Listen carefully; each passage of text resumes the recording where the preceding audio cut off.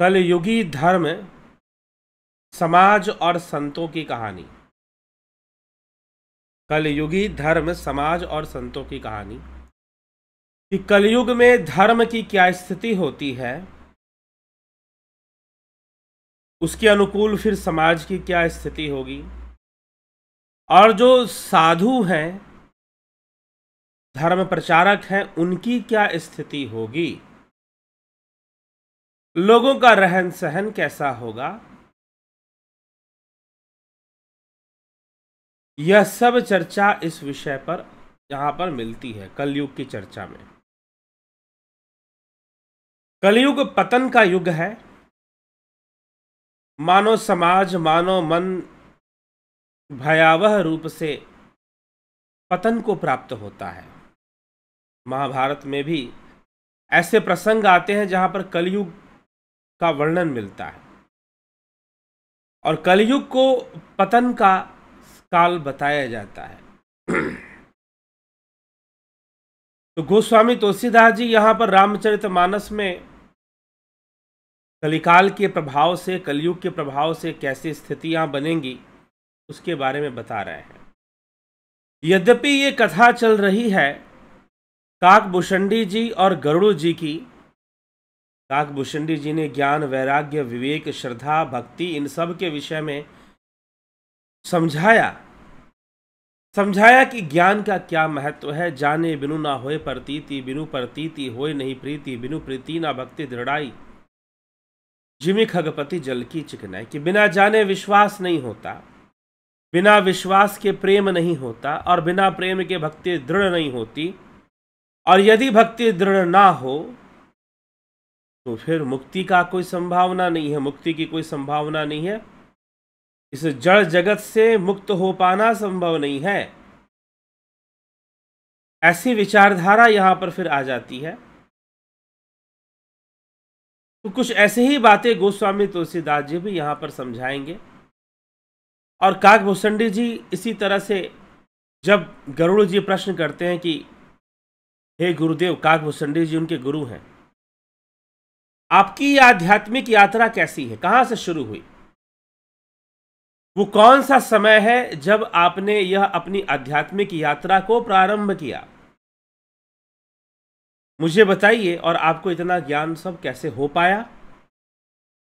जैसे आज मैं भटक रहा हूं संशय में आकर, संशय सर्प ग्रसेउ मोहि ताता, दुख लहरी कुतर्क बहुब्राता। गरुड़ जी कहते हैं काकभूषणी जी से कि संशय सर्प ने मुझे डस लिया है। तो गरुड़ जी पूछते हैं काकभूषणी जी से कि आपको भी कभी संशय हुआ था क्या? क्या आपको भी कभी संशय हुआ था? क्या आप भी कभी दुखी हुए थे इस तरह से जैसे मैं आज अज्ञानता के वशीभूत बहुत दुखी हुआ हूं? मेरा मन बहुत ही अशांत हो गया, बहुत अशांत स्थिति को मैंने प्राप्त कर लिया है। तो क्या आपके साथ भी कभी ऐसा हुआ था क्या? तो कहते काकभूषणी जी अपने पिछले जन्मों की कथा सुनाते हैं। यद्यपि आज के व्याख्यान में उन जन्मों की पूरी चर्चा हम नहीं लेंगे, लेकिन आगे आने वाले व्याख्यान में लेंगे। तो वो कहते हैं कि एक बार मेरा जन्म जो है कलयुग में शूद्र वर्ण में, शूद्र परिवार में हुआ। शूद्र वर्ण में मेरा हुआ, लेकिन अयोध्या में मेरा जन्म हुआ। तो मेरे अंदर आध्यात्मिक वृत्ति आई, अध्यात्म के मार्ग पर चलने की एक तीव्र इच्छा उत्पन्न हुई, और मैं गुरुओं के पास गया। वहां से मैंने सीखा, बहुत कुछ जाना। वो बातें बता रहे हैं, वो हम अलग से चर्चा करेंगे। लेकिन काकभूषणी जी कह रहे हैं कि जिस समय मेरा जन्म हुआ वह कलयुग था, वह कलयुग था, और कलयुग में भ्रम बहुत होता है, कलयुग में संशय बहुत होता है, माहौल बहुत ही नकारात्मक हो जाता है कलयुग के प्रभाव के कारण। तो काकभूषणी जी कहते हैं कि मेरा जन्म कलयुग में शूद्र वर्ण में, अर्थात शूद्र परिवार में, जो कि शूद्र वर्ण के मेरे माता पिता थे, उनमें मेरा जन्म हुआ। लेकिन फिर भी मैंने भक्ति की, गुरु की कृपा भी मैंने प्राप्त की। सारी बात वो लिखते हैं। लेकिन उससे पूर्व कि ये वो अपने ऊपर होने वाली कृपा के बारे में कथा सुनाए, वो लिखते हैं कि वो समय कैसा था, वो समय कैसा था, और वो समय आज का ही तो है, वह समय वर्तमान ही तो है। हम अभी वर्तमान समय में जो जी रहे हैं वो कलयुग ही तो है। तो गोस्वामी तुलसीदास जी इसकी बड़ी सुंदर और बड़ी ही आंखें खोलने वाली रचना करते हैं। हो सकता है कि ऐसी रचनाएं कई बार व्यंग्यात्मक होती हैं, व्यंग्यात्मक होती हैं और लोगों को बुरी भी लग जाती है, ये क्यों लिख दिया, तुलसीदास जी ने यह क्यों लिख दिया, यह भी प्रश्न में मन में प्रश्न आ जाता है। लेकिन यह उनका दायित्व बनता है, कर्तव्य बनता है कि वह यह सब बातें बताएं, ताकि जो जीव है, जो साधक है, जो आध्यात्मिक मार्ग का साधक है, वो सजग हो जाए, वो सचेत हो जाए, इसलिए वो सारी बातें बताते हैं। तो कलिकाल में क्या होता है, गोस्वामी तुलसीदास जी लिखते हैं, कलिमल ग्रसे धर्म सब लुप्त भय सदग्रंथ दम्भिन निजमति कल्प करी प्रगट किए बहुपंथ। कलयुग के पापों ने सब धर्मों को ग्रस लिया। कलिमल ग्रसे धर्म सब, जितने भी धार्मिक कार्य थे, धार्मिक मानसिकताएं थीं, धार्मिक लोग थे, उन सबको कलयुग ने ग्रस लिया।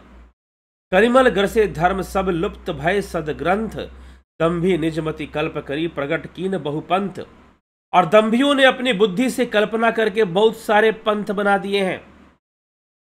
आप देखिए हमारे देश में अनेकों पंथ चलते हैं, भगवान के नाम पे, धर्म के नाम पर, योग के नाम पर। आज हमारे देश में आप देखिए, और आज अगर आप इन चौपाइयों को पढ़ेंगे जो गोस्वामी तुलसीदास जी लिख रहे हैं, आपको लगेगा कि जैसे कि हम जिस जीवन जो हम जी रहे हैं वर्तमान में, वही बातें लिख रहे हैं। तो धर्म की स्थिति क्या है, गोस्वामी तुलसीदास जी यहां लिखते हैं धर्म की स्थिति, और काकभूषणी जी वर्णन कर रहे हैं कि उनका जन्म कलयुग में हुआ। तो कलयुग में क्या स्थिति बनती है वो बता रहे हैं, कलिमल ग्रसे धर्म सब लुप्त भय सदग्रंथ। सदग्रंथ जो है वो लुप्त हो जाते हैं, और धर्म ग्रास बन जाता है कलयुग का। दंभी निजमति कल्पी करी प्रगट किए बंद, और जो दंभी है अपनी मति से, निजमति कल्पी करी, कल्पना करके नए नए पंथ बना देते हैं। तो आज हमारे देश में अनेकों ऐसी संस्थाएं हैं, लाखों अनुयायी उनके हैं, लेकिन उनका मत देखो तो अपना ही पंथ चलाने में लगे हुए हैं, और अपनी कल्पना से कुछ बना दिया है, अपनी कल्पना से कुछ बना दिया है, अपनी कल्पना से कुछ रचना कर दिया कि भाई ऐसा ऐसा है, ऐसे ऐसे मानना चाहिए। तो अपनी कल्पना से ही उन्होंने रचनाएं कर दी हैं। तो किसी ने कुछ बना लिया है कहीं पर, अब किसी संस्था या किसी विचारधारा का नाम नहीं लेंगे, लेकिन फिर भी वो कैसी बातें करते हैं उनको मैं बताऊंगा। कुछ ऐसे, कुछ चर्चा की बातें करते हैं। शिव, तो उन्होंने शिव जी का अपना फोटो बना दिया, उसमें शिव जी को हाथ दिखा दिया, माला दिखा दिया, बाकी बीच का बॉडी नहीं दिखाया, पैर दिखा दिया। किसी ने शिव बाबा बनाया और उसको कह दिया कि भाई वो सब करते हैं और ऐसे वो काल के रूप हैं। तो कोई कुछ बता रहा है तो कोई कुछ बता रहा है। कोई कह रहा है कि भाई जाओ, कुत्ते को रोटी नहीं खिलाई, कुत्ते को रोटी खिला के आओ। कोई कह रहा है कि भाई मित्रों के साथ समोसे नहीं खाए तो समोसे खा लो, लाल चटनी नहीं खाई तो लाल चटनी खाओ, हरी चटनी नहीं खाई तो हरी चटनी खाओ, तुम्हें बहुत लाभ मिलेगा। एक बार क्या हुआ कि एक व्यक्ति था, बेचारे की बिजनेस चल नहीं रहा था, दुकान नहीं चल रहा था, वो किसी महात्मा जी के पास पहुंच गया। लोगों की स्थिति क्या है सुनिए, लोगों की हालत कैसी है, इसको समझने की आवश्यकता है। तो किसी महात्मा जी के पास पहुंचा तो उसने कहा कि मेरा काम नहीं चल रहा, दुकान नहीं चल रहा, प्रॉफिट नहीं हो रहा है, अच्छा नहीं हो रहा, ठीक है ऐसा करना कि सुबह सुबह उठते ही एक चाटा अपने हाथ से अपने हाथ से अपने गाल पर एक चाटा मारना, खींचकर, चोट लगनी चाहिए, धीरे से नहीं, तेज। अपने ही गाल पर अपने ही हाथ से एक चाटा खींचकर मारना। देखना व्यापार चलेगा, बिजनेस चलेगा। अब वो उसने गया सुबह सुबह मारा एक चाटा खींचकर, अपने आप को ही मारा, और फिर दुकान गया अपना, सुबह नहा धोकर पहले चाटा, सुबह का पहला काम अपने आप को चाटा मारना है। अब दुकान जो है वो थोड़ी सी प्रॉफिट हुई तो उसको लगा कि भाई हाँ, उपाय तो काम कर रहा है, गुरु जी का बताया हुआ उपाय काम कर रहा है। अब उसको लगा कि उसे ब्रह्म ज्ञान मिल गया, उसको सब कुछ मिल गया, क्योंकि प्रॉफिट में जा रहा है, दुकान प्रॉफिट में जा रहा है। चलो भाई, अच्छी बात है। अब सुबह सुबह उठते ही वो अपने गाल पर एक चाटा खींच कर मारता है कि दुकान अच्छी चलेगी। मतलब लोगों को कोई भी रास्ता दिखा दो, चटनी खिलवा दो, समोसे खिलवा दो, जाओ भाई ये काम नहीं किया, ठीक है ये काम कर लो। दूर के किसी मंदिर में चले जाओ, मंदिर में जाना अच्छी बात है, लेकिन किसी और भावना से लोग जाते हैं। समस्या यहां पर है। तो मार्ग सोई जाके जो भावा वाली बात हो जाती है। और यहां पर लिख दे, कलिमल ग्रसे धर्म सब लुप्त भय सदग्रंथ। कलिमल ग्रसे धर्म सब लुप्त भय सदग्रंथ, दम्भे निजमति कल्पी करी, अपनी कल्पना से। दम्भी निजमति कल्पी करी, अपनी कल्पना से। प्रगट कीन बहुपंथ, बहुत सारे पंथ बना देंगे, बहुत सारे संप्रदाय बना देंगे लोग। कोई कुछ सिखा रहा है, कोई 5 नाम दे रहा है, कोई 4 नाम दे रहा है, कोई निरंकार निरंकार, तो कोई साकार साकार, तो कोई कुछ, तो कोई कुछ लगा हुआ है। ठीक, तो कोई ब्रह्म बाबा, तो कोई शिव बाबा, तो कोई माता, कोई राधा माता, तो कोई, आपने सुना ही होगा ये सब नाम। तो कोई राम भी है तो कोई रहीम भी है, दोनों ही बन जा रहा है, राम रहीम दोनों ही बन गया। तो कोई कुछ बन जा रहा है, कोई कुछ बन जा रहा है, कोई इंसान बन जा रहा है। इंसान गुरु, एक गुरु जी कोई है, कोई उनका नाम है इंसान गुरु, कोई इंसान गुरु नाम रख ले रहा है। तो ये इसी के लिए कहा कि भाई कलिमल ग्रसे धर्म सब लुप्त भय सदग्रंथ। जो ग्रंथ है, क्या लुप्त हो गया है? लुप्त भय जो ग्रंथ हैं, जो सही परिभाषा देते हैं, जो हमें सही बात बताते हैं, हमारे जो शास्त्र हैं, वो लुप्त हो गए हैं, उनका ज्ञान लुप्त हो गया है। और क्या हो गया है? कलिमल ग्रसे धर्म सब, कलयुग ने सारे धर्म को अपना ग्रास बना लिया है। दंभी निजमति कल्पी करी, दंभी, दंभी अहंकारी, निजमति अपनी बुद्धि से कल्पना करके, दंभी निजमति कल्प करी, प्रगट कीन बहुपंथ। लाखों लोग जुड़ जाए, अनुयायी बन जाए, उससे क्या फर्क पड़ता है? क्या फर्क पड़ता है? तो कलयुग में ये ऐसा हो रहा है, हम देख रहे हैं। यद्यपि काकभूषण जी अपने समय की बात कर रहे हैं, तुलसीदास जी भी अपने समय की बात कर रहे हैं, लेकिन वर्तमान में हम देखें, ऐसे बहुत सारे लोग हैं, अपना ही धर्म बना लेते हैं, अपनी ही पूजा करवाने लग जाते हैं, बोलते सारे देवी देवताओं की पूजा कर दो। एक संस्था, मैंने उसके बारे में पता किया, बहुत पुरानी संस्था है देश के अंदर, वहां गुरु जी है कोई, सारे देवी देवताओं की पूजा बंद करवा देते हैं, बस गुरु की पूजा होती है। और गुरु की ही पूजा नहीं होती, गुरु की, उनकी जो पत्नी है उनकी भी पूजा होती है, उनके जो बच्चे हैं उनको भी कार्तिकेय और गणेश मानकर उनकी भी पूजा होती है। यहां तक कि उनके जो अनुयायी हैं वो गुरु जी का बर्थडे मनाएंगे, गुरु जी के बच्चों का भी बर्थडे मनाएंगे और उसे बोलेंगे पवित्र दिन है आज। हमारे गुरु जी शिव जी हैं, उनकी पत्नी पार्वती जी हैं, और उनके दोनों बच्चे शिव, कार्तिकेय और गणेश जी हैं। ऐसे भी हैं। सारे देवी देवताओं की पूजा बंद करवा दी, शास्त्रों का अध्ययन बंद करवा दिया। एक गुरु जी तो अपने शास्त्रों को, अपने शिष्यों को समझाते ही है कि शास्त्रों का अध्ययन करो ही मत, करोगे तो उलझ जाओगे, करोगे तो फंस जाओगे, करोगे तो समझ में नहीं आएगा। क्योंकि गुरु जी को कभी समझ में नहीं आया, या उन्होंने भी अध्ययन नहीं किया, उनको पता ही नहीं कि शास्त्र क्या कहते हैं। तो पता ही नहीं तो डरते हैं कि भाई अगर शास्त्र मेरे शिष्यों ने पढ़ लिया तो कहीं मुझे ना छोड़ दें, मेरी सेवा ना त्याग दें, ऐसा भय उनको व्याप्त होता है। तो अपने शिष्यों से समझाते हैं कि बेटा जो मैंने किताबें लिखी हैं बस उतना ही पढ़ो, मैंने जो अर्थ निकाले हैं बस उतना ही पढ़ो, सब कुछ पढ़ने की जरूरत नहीं है, भ्रमित हो जाओगे, भटक जाओगे, गुरु के चरणों से टूट जाओगे। तो एक गुरुडम को फैला दिया जाता है। तो कलिमल ग्रसे धर्म सब लुप्त भय सदग्रंथ दम्भी निजमति कल्प करी प्रगट कीन बहुपंथ। तो इसीलिए ग्रंथ को सामने लाना है, शास्त्र क्या कहते हैं उसको सामने आने की जरूरत है,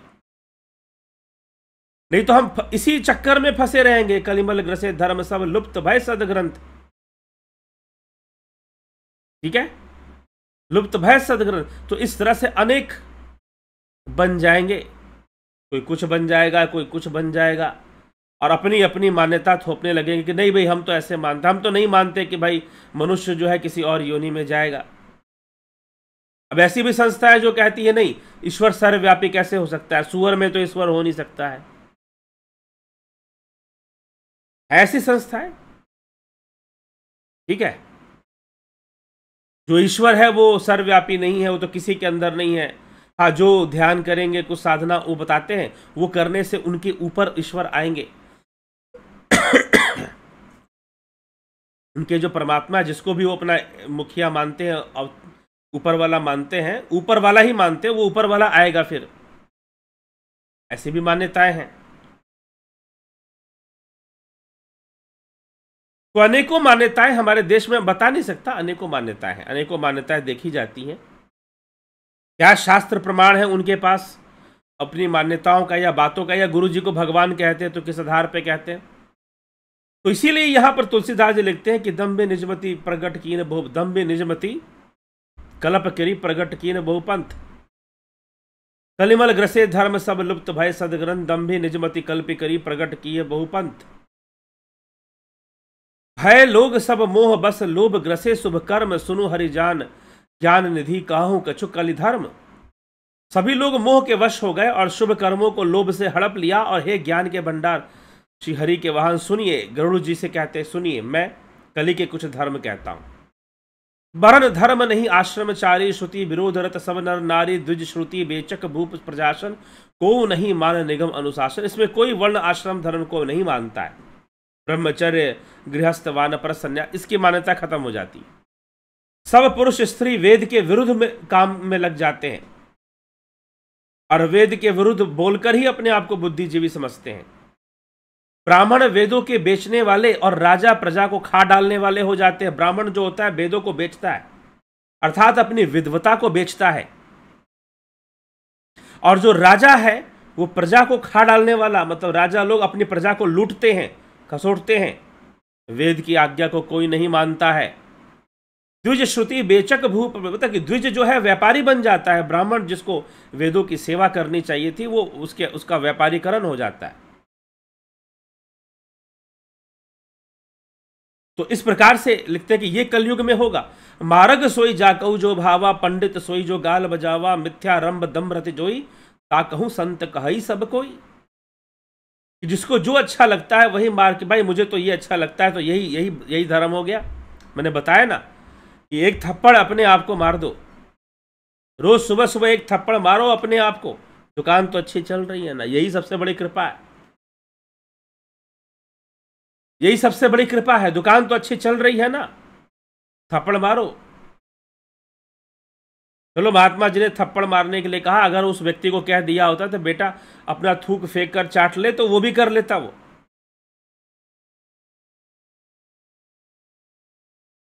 तो कलिमल ग्रसे धर्म सब लुप्त भय सदग्रंथ, ये स्थिति कलयुग की है। मार्ग सोई जाके जो भाव, अपनी मन मर्जी का मार्ग लोग अनुसरण करते हैं।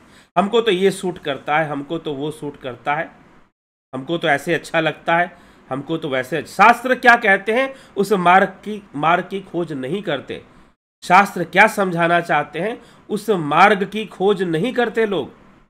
मन मर्जी का मार्ग, कोई अपने मर्जी का मार्ग, कोई कहता है कि शादी ब्याह मत करो, कोई कहता है शादी ब्याह करोगे तभी हम तुमको। ऐसी संस्थाएं हैं, मैं उनका भी नाम नहीं लेना चाहूँगा। कुछ ऐसी संस्थाएं हैं कि अगर आप वहाँ पर जाएं तो बोलेंगे कि भाई तुम शादीशुदा अगर नहीं हो तभी हम तुमको ज्ञान देंगे, अपने से जोड़ेंगे।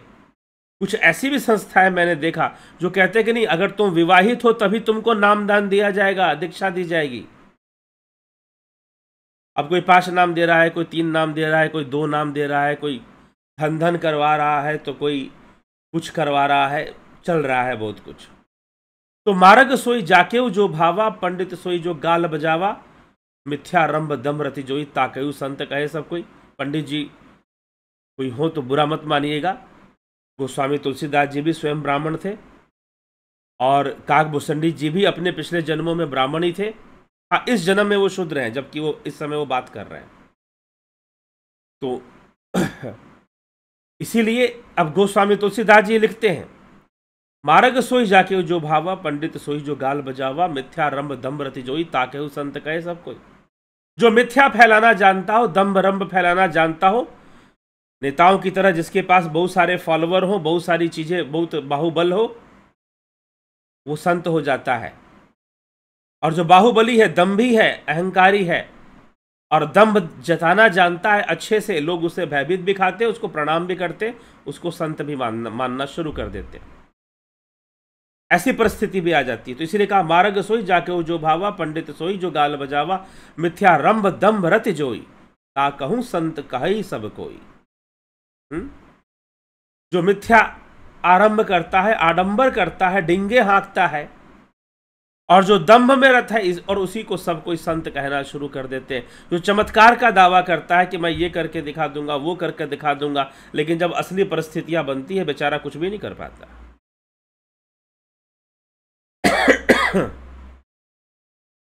वैसे तो चेले कहते रहते कि हमारे गुरुजी यहां प्रकट हो गए, हमारे गुरुजी स्वप्न में आ गए, ये बीमारी दूर कर दी उन्होंने, ये दूर कर दिया उन्होंने, वो कर दिया। लेकिन जब असली मौका आता है कुछ करके दिखा देने का, असली अवसर जब आता है कुछ करके दिखा देना, तो कोई कुछ नहीं कर पाता। यही देखा गया है। इसीलिए हमेशा दृष्टि ज्ञान पर होनी चाहिए, चमत्कारों पर नहीं होनी चाहिए। ज्ञान पर दृष्टि होनी चाहिए। अगर गुरु का तात्पर्य ज्ञान से है, चमत्कार का तात्पर्य जादूगर से है, जादूगर चमत्कार करता है, गुरु ज्ञान देता है। यदि आपकी दृष्टि, आपका प्रयास ज्ञान प्राप्ति पर है तो बहुत अच्छा है। अगर चमत्कार प्राप्ति पे है तो जादूगर भी दे देगा, वो जादूगर भी दे देगा। ठीक है, तो इसीलिए ये कोई बड़ी बात नहीं है। बड़ी बात है कि हमें ज्ञान मिलना चाहिए। और शास्त्र किस ज्ञान की ओर इशारा करते, वो भी क्योंकि सबसे पहले गोस्वामी तुलसीदास लुप्त भय सदग्रंथ, सदग्रंथ जो है हमारे, जो शास्त्र हैं वही लुप्त हो चुके हैं। तो दिशा कहां से मिलेगी? कौन गुरु है कौन नहीं है, कहां से पता चलेगा भाई? गुरुजी ने क्या दिया नहीं दिया, कैसे क्लियर होगा कि शास्त्र सम्मत है? और आपको पढ़ना भी है तो थॉरोली नहीं पढ़ना है, आधा अधूरा अध्ययन। गुरुजी तो हमारे शास्त्र से बताते हैं, गीता से, गीता के श्लोक रटे हुए, उनको अपने मतलब के श्लोक रटे हुए। गीता में तो बहुत सारे श्लोक हैं। क्या थॉरो अध्ययन किया है? नहीं जी नहीं, बोरिंग लगता है, कहां से करोगे थॉरो अध्ययन? चलो चैनल पे चर्चा चलती है, सुन ही लिया करो गीता पे चर्चा, श्रीमद् भगवद गीता पर। ठीक, तो लुप्त भय सदग्रंथ, सदग्रंथ लुप्त हो जाएंगे तो ये परिस्थितियां बनेगी। आप कैसे डिसाइड करोगे कि फलाना व्यक्ति गुरु कहलाने योग्य है भी कि नहीं है? क्या सिर्फ वेश धारण किया है इसीलिए, या फिर कुछ वाइब्रेशन करवा देता है बॉडी के अंदर इसलिए? क्या है? ठीक, तो दम्भी निजमति कल्प करी, प्रगट कीन बहुपंथ, बहुत सारे पंथ लोग बना दिया करते हैं, मन मर्जी के रास्ते बना दिया करते हैं, मन मर्जी के पंथ है देश के अंदर, है ऐसी कई संस्थाएं हैं। आप उनके यहाँ जाओगे तो वो किसी के नाम पर पता नहीं क्या क्या चीज़ें बता रहे हैं लोग। चलिए ठीक है, शास्त्रों से उनका क्या संबंध बनता आपको समझ में नहीं आएगा। चलिए, तो ये स्थिति है। सोई सयान जो परधन हारी, मार्ग सोई जा कहूं जो भावा, पंडित सोई जो गाल बजावा, मिथ्यारंभ दम्रत जोई, ताकहु संत कही सब कोई। सोई सयान जो परधन हारी, जो दूसरों का धन हारना, जो दूसरों का सोई सयान जो परधन हारी, जो दूसरों का धन हरना जानता हो वो सयाना है, इंटेलेक्चुअल है। जोकर दंभ सो बड़ आचारी, जो दंभ करना जानता है वही आचरणवान है। जोकर दंभ सो बड़ आचारी, जो का झूठ मस्करी जाना, कलयुग सोई गुणवंत बखाना। जो झूठ और मस्करी जानता है कलयुग में उसे गुणवान समझा जाता है। सोई सयान जो परधन हारी, जो दूसरों का धन हारना जानता है वो क्या है? इंटेलेक्चुअल है, बुद्धिजीवी है। सोई सयान, सयान मतलब सियाना है। हाँ, सयान मतलब सियाना है। सियाना मतलब भाई चलाक है, जागरूक व्यक्ति है, इंटेलिजेंट आदमी है। देखो कितने पैसे कमा के ला रहा है, ठीक है, कैसे कमा के ला रहा है। अब मैं आपको बता दूं, अभी मुझे कुछ दिनों पहले कोई फोन आया किसी के कहीं से कोई फोन आया, किसी कंपनी का फोन आया। कंपनी का फोन आया और वो जो कंपनी है वहां से किसी ने, कोई उनकी कोई फीमेल एम्प्लॉय थी, कोई लड़की थी, उसने फ़ोन किया और फ़ोन करने के बाद उसने कुछ बातें बताई अपनी कंपनी के बारे में और कहा कि सर हम आपको इनवाइट करते हैं, आप फलाने फलाने होटल में आ जाइए, वहाँ हमारी एक मीटिंग है, आप उसमें आइए और वहाँ हमारा एक प्रपोज़ल है, उसको समझिए, आप जानिए उसको, और हम आपको फ्री में गिफ्ट वाउचर देंगे, फ्री में टूरिज़्म का टूर देंगे आपको, आप कहीं पर घूमना चाहते हैं तो हम आपको फ्री में देंगे। चलो ऐसी बातें थी। चलो उससे पहले ये फ्री टूर वाली कुछ मुझे लोग मिल गए जिन्होंने किया था, उन्होंने अपना बड़ा कटु अनुभव सुनाया ताकि कुछ नहीं है, एक फ्रॉड ही है एक तरह का। और मात्र वही नहीं, बहुत सारी चीज़ें हैं, बहुत सारी कंपनीज हैं जो बहुत बड़ी बड़ी कंपनीज हैं, और आप जो है उन कंपनीज में, उन कंपनी में क्या करते हो आप कि उन कंपनियों में लोग नौकरी करते हैं, जॉब करते हैं, जॉब करने चले जाते हैं, चलो आपकी अच्छी जॉब लग गई, लेकिन आपने जब जॉब कर लिया, आप एम्प्लॉय बन गए, तो आपका दायित्व, आपका टारगेट होगा कि भाई आप कंपनी को प्रॉफिट में लाइए, आप कंपनी को प्रॉफिट में लाइए। तो आप कंपनी को प्रॉफिट में कैसे ले आएंगे भाई? दूसरे लोग पे करेंगे, आप वो बहाने ढूंढिए जिससे कि लोग हमारे पास आएँ और हमारे प्रोडक्ट खरीदें, या हमारे जो भी है वो हमारे यहाँ पैसा लगाएं, इन्वेस्ट करें।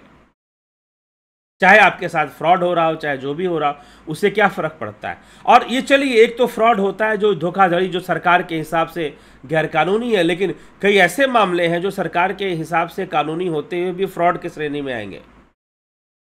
और जॉब करते हुए आप तो कह रहे हो, अब उस लड़की को मैंने कहा कि आप तो जॉब करते हो। जी हाँ, जॉब ही करते हैं हम तो, कंपनी को प्रॉफिट में लाना हमारा टारगेट है। अब चाहे हम झूठ बोल के लाएं, चाहे जैसे भी ले आए, कंपनी को प्रॉफिट में ले आना है। आप अपने बेचारे को नौकरी चाहिए तो नौकरी तो करेगा, लेकिन जब नौकरी करेगा तो क्या करेगा? यही करेगा।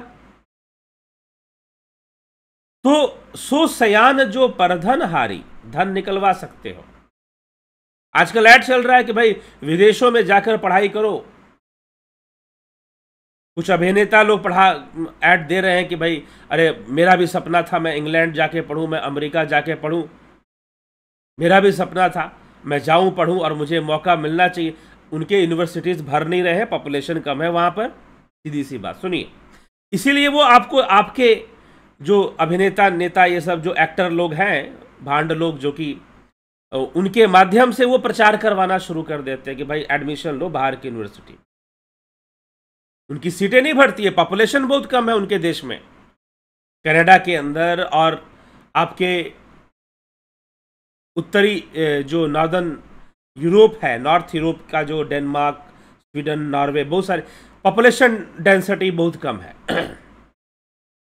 तो कई बार वो पैसे होने के कारण, लूट के पैसे है, तो उन्होंने बना तो लेते हैं बड़ी बड़ी बिल्डिंगें, यूनिवर्सिटीज़, लेकिन अगर सीटें ही ना भरे तो वो फिर हमारे देश में आते हैं, यहाँ से छात्रों को ले जा सके। आपने अभी सुना होगा कि कैसे यूक्रेन में मेडिकल के बहुत सारे स्टूडेंट वहाँ पर थे पढ़ने के लिए। अब यूक्रेन में जो मेडिकल में जो एडमिशन है, क्या वो टेस्ट के थ्रू हो रहा है? जी नहीं। आप पैसा खर्च कर सकते हैं तो भेजिए अपने बच्चों को और पढ़ाइए, क्यों नहीं होगा। तो इसीलिए बहुत सारी ऐसी चीज़ें हैं कि जो बहुत साफ साफ दिखते हुए भी अपने आप में एक फ्रॉड है, ठीक है। तो सियाना वही है जो दूसरों से धन निकाल सकता है, दूसरों से पैसे निकाल सकता है। अब उसके लिए वो क्या क्या करेगा, कहाँ कहाँ तक करेगा, कैसे कैसे करेगा, ऐसा कहा जाता है। तो सो सयान जो परधन हारी, जो दूसरों का धन हरण करना जानता है। सो सयान जो परधन हारी, जो कर दम्भ सो बड़ आचारी, जो कह झूठ मस्करी जाना, कलयुग सोई गुणवंत बखाना। वो कलयुग में गुणवान हो जाता है। निराचार जो श्रुति पथ त्यागी, कलयुग सोई ज्ञानी सो विरागी, जाके नख अरु जटा विशाला, सोई तापस प्रसिद्ध कलिकाला। जो आचरणहीन है और वेद मार्ग को छोड़े हुए हैं, कलयुग में वही ज्ञानी और वही वैराग्यवान है। जो आचरणहीन है मतलब आचरणवान नहीं है और वेद मार्ग का त्याग कर दिया है उन्होंने, कलयुग में वही ज्ञानी और वही वैराग्यवान गिने जाते हैं। और जिसके बड़े बड़े नख हैं और लंबी लंबी जटाएं मतलब वेश धारण कर रखा है, वह कलयुग में प्रसिद्ध तपस्वी माने जाते हैं। भावना नहीं आती ना, हमारी भावना नहीं आती। अभी पीछे मैं एक जगह पर गया, एक स्थान पर, आपको बताऊं यह घटना नेपाल की है, लेकिन नेपाल नहीं, एक जगह महाराष्ट्र में भी ऐसा किसी ने मुझसे कहा। कोई बात ऐसे चल पड़ी तो वहां पर मैं गया, तो भाई आप कैसे, कहा कि आप अच्छा आप आध्यात्मिक ज्ञान देते हैं। मैंने कहा कि नहीं, मैं ऐसा कोई ज्ञान नहीं देता, बस थोड़ा बहुत जानता हूं, वो लोगों को बताता हूं, इतना ही है, थोड़ा ही बहुत जानता हूं। उन्होंने कहा ठीक है, थोड़ा बहुत जानते होंगे। लेकिन जो मेरे साथ व्यक्ति थे उन्होंने कहा कि नहीं, बहुत कुछ जानते हैं, ये इतना कुछ उनका अपना मानना था। उन्होंने बताया कि भाई ऐसे ऐसी बातें, ऐसी ऐसी साधना है। तो बोले कि नहीं, ऐसी साधना या जो भी है, अब ये तो मुझको संत लगते नहीं हैं, इनके तो दाढ़ी बाल भी नहीं है और ये तो कुछ ऐसा कपड़े भी नहीं पहनते हैं। ठीक है, तो लोग कैसे इनको गुरु मानेंगे, संत मानेंगे? और जो है समाज में तो भाई जो वेश नहीं धारण करेगा उसको लोग कैसे संत मानेंगे? ठीक है, ऐसी बातें उस मतलब कि उन्होंने ऐसा कहना शुरू किया।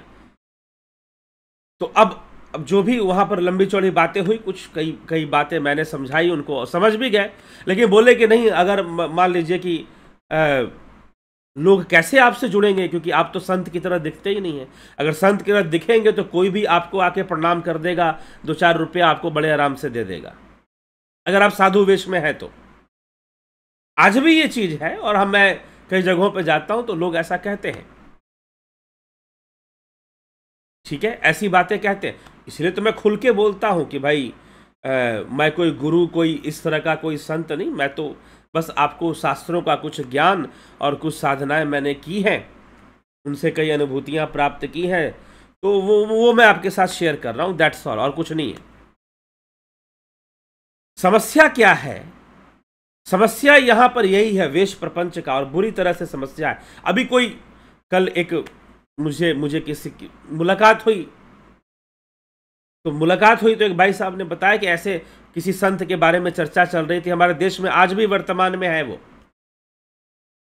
तो उनकी चर्चा चल रही थी, तो उन्होंने कहा कि नहीं, वो जब उन्होंने अपनी चर्चा शुरू की थी, अपना कार्य शुरू किया था, तो बड़े साधारण रूप से वो रहते थे, उनके दाढ़ी बाल भी नहीं थे, लेकिन बाद में उन्होंने दाढ़ी बाल बढ़ा लिया, क्योंकि संत होने से ज्यादा महत्वपूर्ण है संत दिखना महत्वपूर्ण है, कि मैं दिखना चाहिए कि मैं संत हूं, ये पहले इंपॉर्टेंस रखता है। आप हो चाहे नहीं हो वो बात की बात है, कम से कम प्रारंभिक प्रेजेंटेशन में लोग आपको संत मान ही लेंगे, नहीं बाद में कुछ कहेंगे वो एक अलग चीज है। क्यों कहेंगे बाद में? प्रारंभ में ही जब सही हो गया तो जल्दी बाद में पहुंचने के लिए उस बात तक उनको लंबा समय लगेगा। तो इसीलिए गोस्वामी जी यहां पर लिखते, जिनके नख अरु जटा विशाला, सोई तापस प्रसिद्ध कलिकाला। तपस्वी लोग किसको समझेंगे? जो जटाएं बढ़ा कर रखा हो, दाढ़ी बाल वेश धारण करके रखा हो, आप उसको तपस्वी मानोगे। मान लो कि उसने वेश नहीं धारण किया है, साधारण वेश में है, लेकिन तपस्या की हो सकता है कि उसकी तपस्या हो सकता है उसने बहुत कठोर साधना की हो। आप कैसे जानोगे? आप कैसे जानोगे कि उसने तपस्या की है या कठोर साधना की है? कैसे पता चलेगा? क्योंकि उसने दाढ़ी बाल तो बढ़ा नहीं रखा है। तो तुलसीदास जी कहते हैं कि यही चीज है, लोग तपस्या या ज्ञान इसको देखेंगे ही नहीं, यदि किसी ने वेश धारण किया है तो वो तपस्वी है, मतलब कि जिनके नख हरु जटा विशाला, सोई तापस प्रसिद्ध कलिकाला। कलयुग में वही तपस्वी प्रसिद्ध हो जाएगा जिसने ऐसा वेश धारण करके रखा होगा। तो वेश से लोग मानते कि फलाना व्यक्ति तपस्वी है कि नहीं है, लेकिन तपस्या तो मन से होती है। इंद्रियों को साधा जाता है, मन को साधा जाता है, कष्ट पहुंचाया जाता है, तब जाकर तपस्या हो पाती है। अब ये करने के लिए तो कोई जरूरी नहीं है कि तुम वेश ही धारण करोगे, लेकिन तुलसीदास जी लिख रहे हैं कि भाई समाज की ये स्थिति है और उसी स्थिति को वो बयां कर रहे हैं इन सब चौपाइयों के अंदर। ठीक, तो निराचार जो श्रुति पथ त्यागी, जो वेदों का मार्ग छोड़ दे, उसी को लोग वैराग्यवान समझते हैं। जिसके बड़े बड़े नख और लंबी जटाएं हैं उसको लोग तपस्वी समझते हैं। अशुभ वेशभूषण धरे बच्छा बच जे खाही, तेहि जोगी ते सिद्ध नर पूजते कलयुग माही।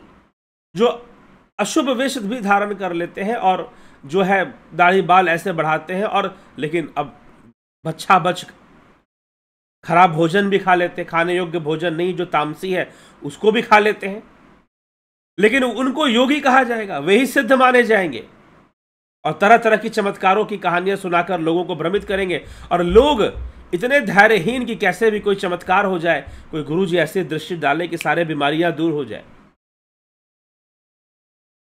गुरु जी ऐसी दृष्टि डाले कि बिजनेस बस हवा में उड़ना, आकाश की ऊंचाइयां छूनी शुरू कर दे। तो ऐसे बहुत तरह के लोग जो है मान्यताएं रखकर चलते हैं कलयुग के अंदर, ऐसा देखने में आता है। तो यही तुलसीदास जी वर्णन कर रहे हैं। नारी विबस नर सकल गोसाई, ना चहे नट मरकट की नाई, शूद्र द्विजन उपदेश ही ज्ञाना, मेल जनऊ लही कुदाना। हे गोसाई, सभी मनुष्य स्त्रियों के विशेष वश में हैं और बाजीगर के बंदर की तरह उन्हें भोग में लिप्त होने के कारण वो नाचते रहते हैं। शूद्र ब्राह्मणों को ही शिक्षा देते हैं और गले में जनेऊ डालकर कुत्सित दान ले लेते हैं। पता कि अब ब्राह्मणों को शूद्र ज्ञान उपदेश करेंगे और गले में जनेऊ डालकर कुत्सित दान ले लेते हैं। अब एक बात मैं आपको बताता हूं, एक घटना कि अब ये तुलसीदास जी एक लिखते हैं यहां पर, तुलसीदास जी यहां पर बात क्यों लिख रहे हैं कि शूद्र जो है वो ब्राह्मणों को ज्ञान देना शुरू कर देते हैं और गले में जनेऊ डालकर दान दक्षिणा ले लेते हैं। ऐसा क्यों लिख रहे हैं? अभी मैं आपको एक जगह की एक बात बता रहा हूं कि एक बहुत अच्छे कथावाचक हैं, तो वो कथा करते हैं, मैं उनकी कथा पसंद करता हूं। वो अपनी बात मुझे बता रहे थे कि वो कहीं पर कथा करने गए, यद्यपि वो है ब्राह्मण समाज से, ब्राह्मण ही है वो, लेकिन वो कहीं पर कथा वाचने गए, लेकिन नए युवक थे और किसी की प्रेरणा से, अपने गुरु की प्रेरणा कहिए, जो भी कहिए, तो वो जो है अपने पढ़े लिखे नए जमाने के जैसे लोग होते हैं, मेरे हम उम्र हैं वो, लेकिन कथा वाचते, बड़ी सुंदर कथा वाचते, टीवी में भी उनकी कथा वथा, चैनल पर भी उनकी कथाएं आती हैं। तो हुआ क्या कि पहले की बात है, जब इतने लोग उनको नहीं जानते थे, तो जो है वो व्यक्तिगत रूप से मुझसे परिचित है, इसलिए मैं उनका नाम नहीं ले रहा हूं। तो वो कहीं पर कथा वाचने गए, शुरुआत की दौर की बात है, किसी गांव के अंदर गए, किसी ग्रामीण क्षेत्र में गए। वहां पर जब कथा वाचने गए तो हुआ क्या कि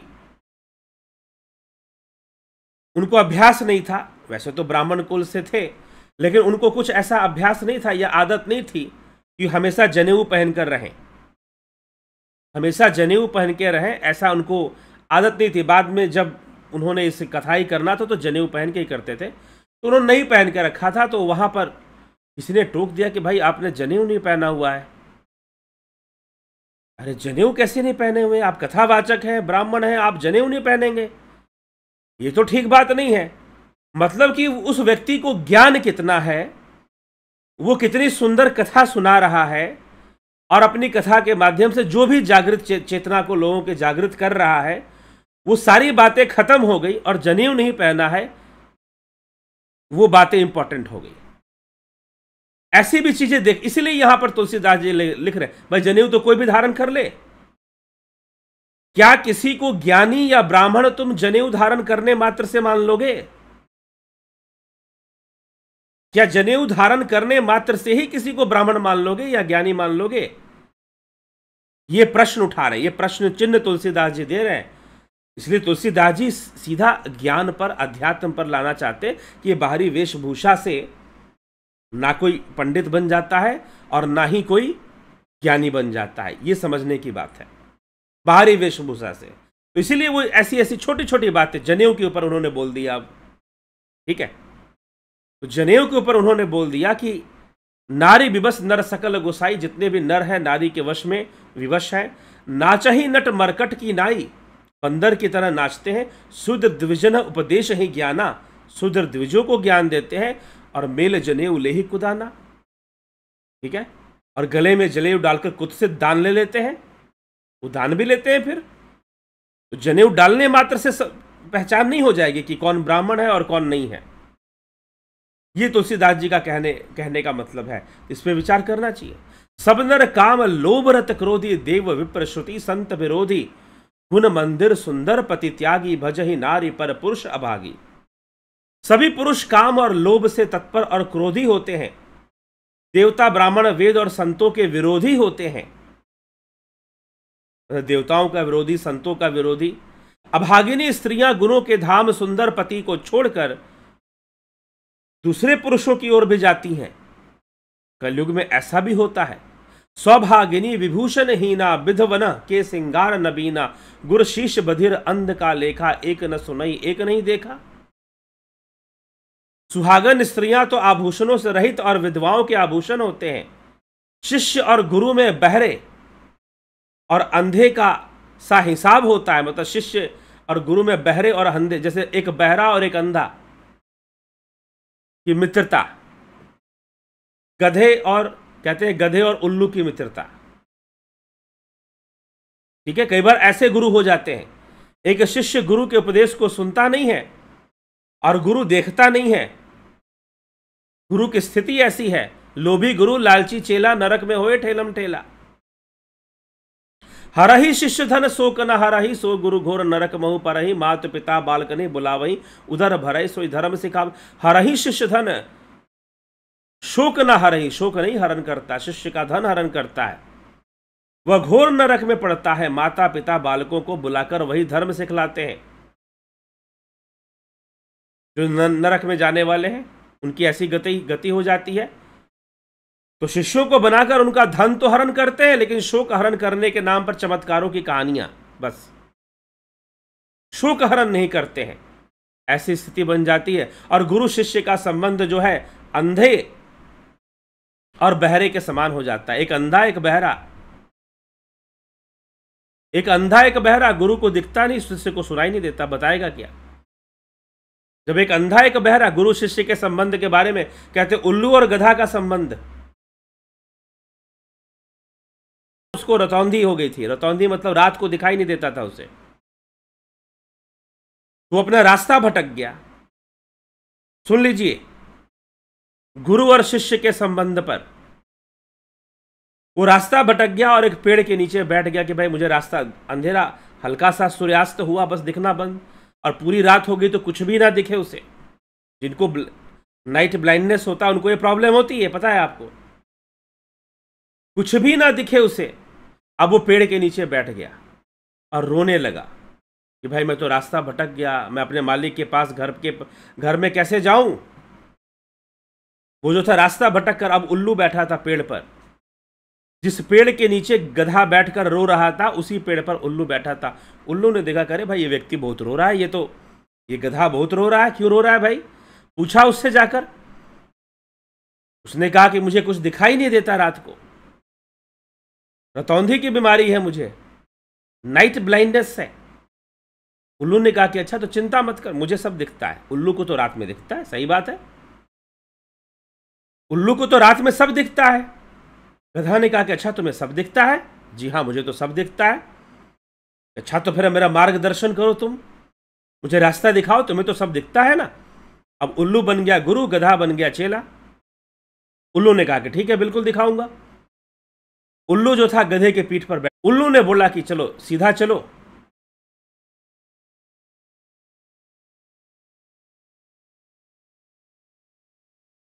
थोड़ा सा बीच में कनेक्शन का प्रॉब्लम आया, कोई बात नहीं, आप जुड़े रहे, बने रहे।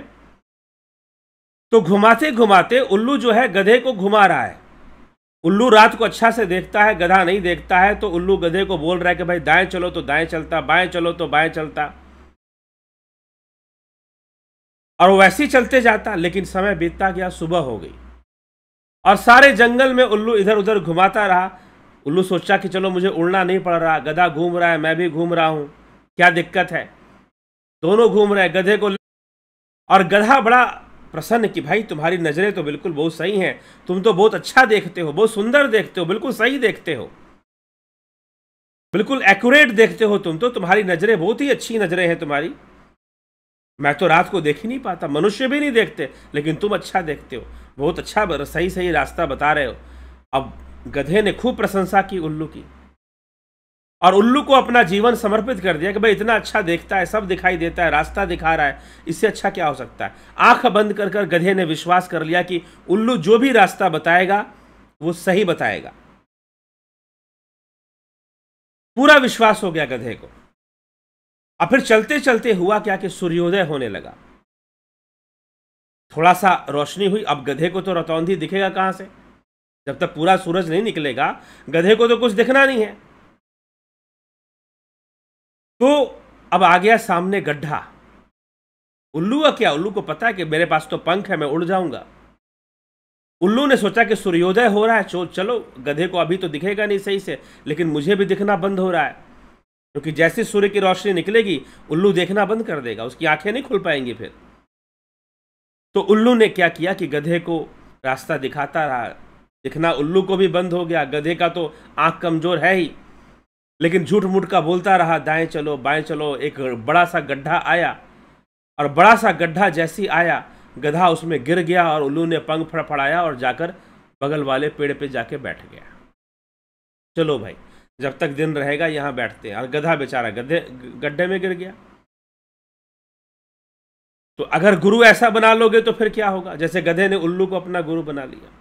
उसको छोटी मोटी बातें, उसे रात की बातें पता नहीं थी और रात्रि में भी वो देख लिया। तो कई बार ऐसा संबंध बन जाता है गुरु शिष्य के बीच में,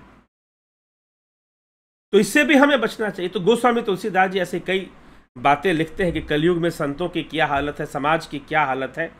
हरहि शिष्यधन शोक न हरहि, सो गुरु घोर नरक में परहि।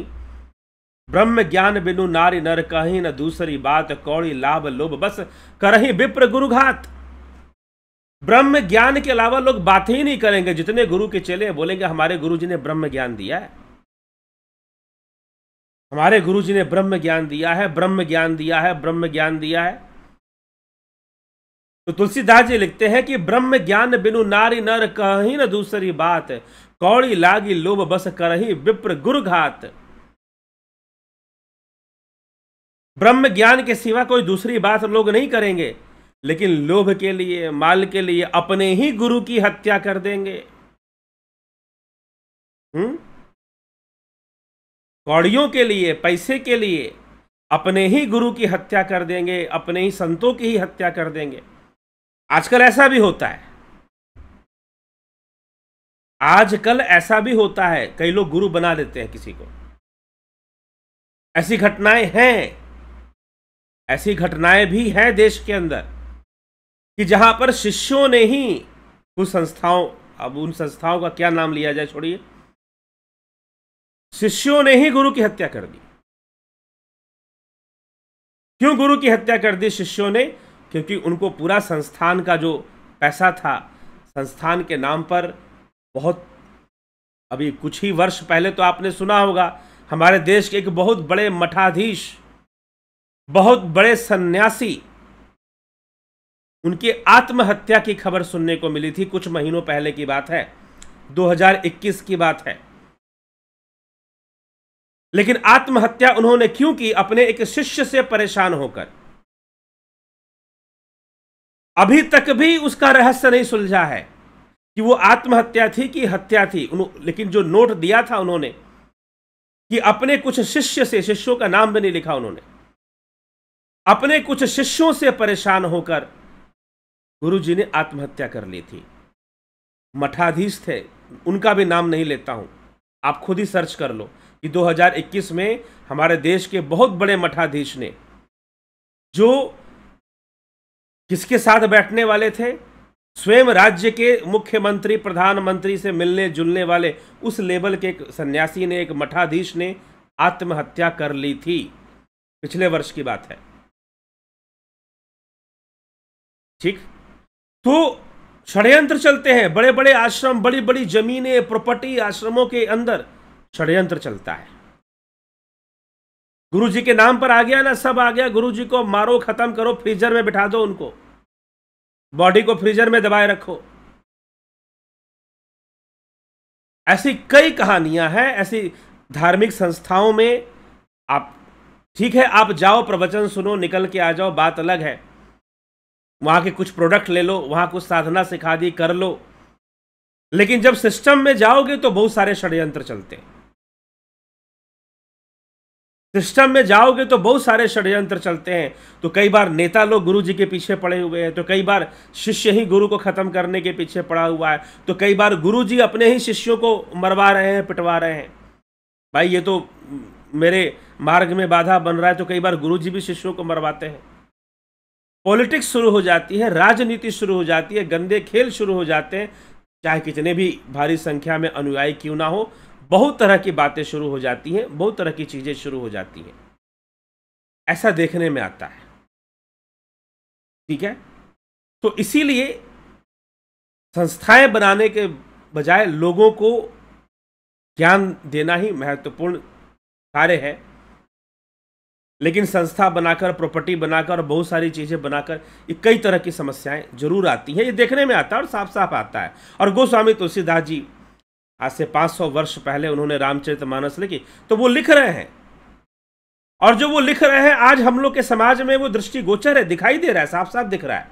एक नहीं, ऐसे अनेकों केस हैं कि जहां पर शिष्यों ने ही गुरु जी को निपटा दिया, गुरु जी के नाम पर ही पैसा ले रहे हैं और गुरु जी को ही निपटा दिया। और कई जगह पर तो गुरु जी को निपटा भी दिया और घोषणा कर दी गुरु जी ने समाधि ले ली, गुरु जी समाधि में लीन हैं। ठीक है, उन्होंने देह नहीं त्यागा है, दिवंगत नहीं हुए, मृत्यु नहीं हुई, लीन है वो तो समाधि में। 50 षड्यंत्र है। संस्था चलनी चाहिए और संस्था ही धर्म हो जाता है। वहां के जो प्रचारक है बोलेंगे संस्थान ही सबसे बड़ा धर्म है, संस्थान ही गुरु है, संस्थान ही धर्म है, संस्थान ही शास्त्र है। उनके लिए बुरा लगेगा जो संस्थाओं से जुड़े हुए हैं, क्योंकि वहां ऐसी बातें साफ साफ कही जाती हैं कि हमारी संस्था ही गुरु है, संस्था ही ईश्वर, सब कुछ संस्था ही हो जाती है। फिर धर्म का प्रचार या लोक कल्याण का महत्व नहीं रह जाता, संस्था ही सब कुछ हो जाता है। संस्था में दान इकट्ठा करके लाओ, संस्था में डोनेशन, तभी तो सब अच्छा सब कुछ होगा। ऐसी कई तरह की बातें हो जाती हैं, ऐसी कई तरह की चीजें सामने आ जाती हैं। तो चलिए, एक नहीं है, अनेकों बातें हैं इसमें। लेकिन तुलसीदास जी बहुत साफ साफ शब्दों में इस बात को लिख दे रहे हैं। आज से 500 वर्ष पहले लिख रहे हैं, ब्रह्म ज्ञान बिनु नारी नर कहीं न दूसरी बात। ब्रह्म ज्ञान के अलावा दूसरी कोई बात ही नहीं करेंगे। ब्रह्म ज्ञान, ब्रह्म ज्ञान, ब्रह्म ज्ञान, ब्रह्म ज्ञान, बस यही बात करेंगे। तो ब्रह्म ज्ञान बिनु नारी नर कहीं न दूसरी बात, कौड़ी लागी लोभ बस करही विप्र गुरुघात। लेकिन कौड़ियों के लिए, पैसे के लिए, धन के लिए गुरु की हत्या करेंगे। बातें करेंगे ब्रह्म ज्ञान की, लेकिन पैसे के लिए गुरु की हत्या करेंगे। बाद ही शूद्र द्विजन सन हम, तुमते कछु घाटी, जानई ब्रह्म सो विप्रबर, आकही दिखावही डाटी। जो शूद्र है वो ब्राह्मणों से विवाद करेंगे कि भाई तुम ही ब्रह्म को जानते हो क्या, ब्रह्म को जानते हो कि ब्राह्मण हो, नहीं हो। और बेचारे ब्राह्मणों की ऐसी स्थिति होगी कि वो वेदों को बेच खाएंगे। तो सुनना तो उनको पड़ेगा, फिर सुनना तो पड़ेगा फिर कि जब तुम वेदों को ही लुप्त कर दोगे, उन्हीं को बेच खाओगे, तो शूद्र तुमसे पूछेंगे कि तुम कहां के ब्राह्मण, कैसे ब्राह्मण, क्या सिर्फ ऐसे कुल में जन्म लेने से ब्राह्मण हो जाएगा। शूद्र ऐसे बातें ब्राह्मणों को टोन मारेंगे। तुलसीदास जी लिख रहे हैं ये बात। क्यों मारेंगे? क्योंकि वैसी परिस्थिति बन जाएगी, उनकी वैसी दुर्गति हो जाएगी। जो राजा, जो क्षत्रिय है, वो जनता की सेवा करने के बजाय जनता को लूटेगा। जो ब्राह्मण है वो वेदों को बेच डालेगा, और जो शूद्र है वो उनको उंगली दिखाकर उनसे पूछेंगे कि ऐसे कोई ब्राह्मण नहीं होता। ऐसी स्थिति बन जाएगी। जो सेवक हैं वो अपने स्वामी से ऊंची आवाज में बात करेंगे, काम करवाना है तो करवाइए, नहीं हम जा रहे हैं, ऐसे करेंगे, मानना है तो मानिए, नहीं तो हम जा रहे हैं। आजकल आप लोग ऐसी भाषा सुनते हैं। तो ऐसी कई बातें हैं। तो तुलसीदास जी अपने समाज की स्थिति को व्यक्त कर रहे हैं कि भाई ऐसी ऐसी स्थितियां समाज कलयुग में बन जाती हैं, ऐसा ऐसा होता है। ब्रह्म ज्ञान कहने वाले गुरु और चेला लोग मिलकर गुरु को ही निपटा देते हैं। और ऐसी ये जो बात है ना, इतनी प्रैक्टिकल है। आप लोग, कई लोग संस्थाओं में, तरह तरह के संस्थाओं में जुड़े होंगे, तरह तरह के संस्थाओं में जुड़े होंगे आप लोग। मैं भी कई संस्थाओं में घूमा, कई संस्थाओं में गया और देखा ये सब। कई गुरुजी लोग आजकल जो जेल में बैठे हुए, वो भी अपने शिष्यों के कारण बैठे हुए, शिष्यों ने ही पहुंचाया वहां जेल में। और कई मर उर के जो बैठे हुए हैं कहीं पर, चाहे उनको कुछ भी नाम दिया जा रहा हो, तो वो सब भी जो है अपने शिष्यों के कारण ही है, शिष्यों ने पहुंचाया वहां पर। इसलिए तुलसीदास जी लिखते हैं कि ब्रह्म ज्ञान की बड़ी बड़ी बातें होंगी, लेकिन चेला लोग मिलकर गुरु जी को ही निपटा देंगे, खत्म कर देंगे। ऐसी ऐसी स्थितियां बन जाएंगी, ऐसी परिस्थितियों का निर्माण हो जाएगा कलयुग के अंदर। ये तुलसीदास जी कहते हैं। और बहुत कुछ है, लेकिन मुख्य ये सब बातें जो गोस्वामी जो बहुत सेंसिटिव है, सेंसिटिव पॉइंट है, लगेगा बात, चुभेगी थोड़ी सी, जो भी पढ़ेगा उसको चुभेगा जरूर, ठीक ना। तो तुलसीदास जी ने चुभने वाली बातें, एकदम जिसे कहते हैं कि व्यंग करने वाली बातें, और सटीक व्यंग, ऐसा जैसे कि भाई इनको 500 साल कैसे पता कि ये सब होगा। 500 वर्ष पहले तुलसीदास जी को कैसे पता कि भाई ब्रह्म ज्ञान लोग बोलेंगे और अपने गुरु को ही खत्म कर देंगे, और गुरु की ही लाश पर बैठकर पैसे दान दक्षिणा इकट्ठा कर लेंगे, गुरु के नाम पे इकट्ठा कर लेंगे। तो तुलसीदास जी ने उस समय लिखा, आज हमें सामने दिखाई देता है। ऐसे बहुत सारी चीजें हमें सामने दिखाई देती हैं। तो चलिए ठीक है, तो ये सारी कई बातें हैं, तो हम इसको समझें, इसको जानें। और इस तरह से अनेकों चौपाइयां आगे भी समाज के ऊपर लिखते हैं। परत्रिय लंपट कपट सयाने, मोह द्रोह ममता लपटाने, तेई अभेद बादी ज्ञानी नर देखा, मैं चरित कल जुग कर। कि जो इस प्रकार से लोगों का आचरण हो जाएगा। आप गए अरुतिनहु घालही, जे कहूँ सत मार्ग प्रतिपालही, कल्प कल्प बरी एक एक नर का, परहि जे दूषहि श्रुति करि तरका। ठीक है, लोग वह स्वयं तो नष्ट हुए होंगे, और जो कहीं सन्मार्ग का प्रतिपालन करते उनको भी नष्ट कर देंगे। ऐसे लोग दुष्ट। अब यहाँ पर जो धर्म संत समाज की जो चर्चा थी वो कम हो जाती है, साधारण लोगों का चरित्र जो गिरेगा उसके ऊपर चर्चा करते हैं। अलग अलग प्रकार के लोग हो जाएंगे। ते विप्रन सन आप पूजा वही, विप्रो से वो अपनी पूजा करवाएंगे। ऐसे लोग हो जाएंगे जो दुष्ट लोग हैं, जो दम्भी हैं, जो क्रिमिनल टाइप के लोग हैं, वो संतों से अपनी पूजा करवाएंगे। ऐसा समय आ जाएगा, ऐसा काल आ जाएगा। ठीक, तो इस प्रकार से। और जो विप्र होंगे वो निरक्षर लोलुपकामी हो जाएंगे, मतलब जिनको पूजा पाठ करवाना है, जिनको धर्म की रक्षा करनी है, वो जो ब्राह्मण है वो अनपढ़ होंगे, निरक्षरता आ जाएगी उनके अंदर, वो कामी हो जाएंगे, लोभी हो जाएंगे, तो वो भला क्या दूसरों का कल्याण करेंगे। तो इस तरह की कई बातें तुलसीदास जी यहाँ पर लिखे जा रहे हैं। किसी को नहीं छोड़ रहे, वो किसी को नहीं छोड़ रहे। लोग कहते हैं ना कि भाई, कहते हैं कि नहीं तुलसीदास जी ने तो शूद्रों के बारे में ये लिखा, पढ़ लो ना, यहाँ पर ब्राह्मणों को भी बहुत कुछ बोल रखा है। तुलसीदास जी ने अभी ये उत्तरकांड में जो चौपाइयां लिखी हैं, कितने व्यंग कर दिए ब्राह्मण समाज के ऊपर। यही कारण था कि रामचरितमानस को जलाया गया, इसके विरोधी बहुत हुए उस समय पर। लेकिन वर्तमान समाज में अगर हम देखेंगे तो ये परिस्थितियां हमें प्रत्यक्ष एकदम साफ साफ दिखाई देती है कि हाँ, समाज में ऐसी स्थिति बन रही है, ऐसी स्थिति बन रही है। इसलिए तुलसीदास जी इस तरह के व्यंग्यात्मक भाषा का प्रयोग इसी कारण से कर रहे हैं कि लोग ज्ञान, जो मूल है, जो वास्तविक वस्तु है, जो वास्तविक विषय है, उससे भटक कर बाहरी चीजों पर ज्यादा निर्भर करेंगे तो फिर अब बदल जाएगा माहौल, और माहौल बदलेगा तो फिर निश्चय ही सत्य तक पहुंचना मुश्किल हो जाएगा। तो ऐसी परिस्थितियां बन जाएंगी और कलयुग के अंदर ऐसी परिस्थितियां देखने को साफ साफ मिल रही हैं। चलिए इसी के साथ आज की चर्चा को विराम देते हैं और आपके कमेंट्स, कुछ लोगों के कमेंट्स पढ़ लेते हैं।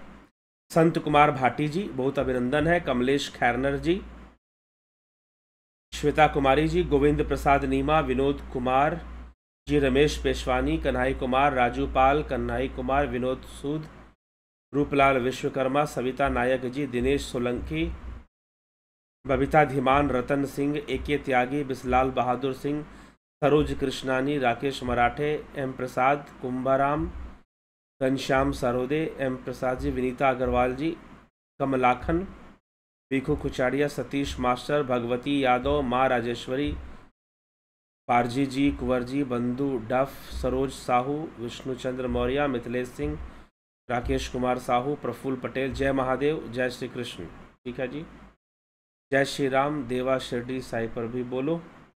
देवा शिरडी साई पे क्या बोले? शिरडी साई बायकॉट करो, धर्म बचाओ। शिरडी साई को शिरडी साई बनाया किसने भाई? ये भी तो जाकर देखो, जिन लोगों ने बनाया और किस ढंग से बनाया और क्यों बनाया। और यह जो धर्म बचाने वाली बात है, जो लोग कह रहे हैं कि शिरडी साई को बायकॉट करके धर्म बचाओ, क्या वो खुद धर्म को बचा पा रहे हैं?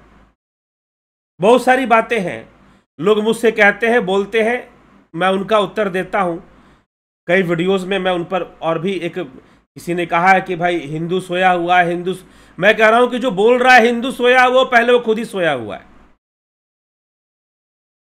वो खुद ही सोया हुआ, क्योंकि भाई जाग गया है तो जाओ ना, करो जो कर सकते हो।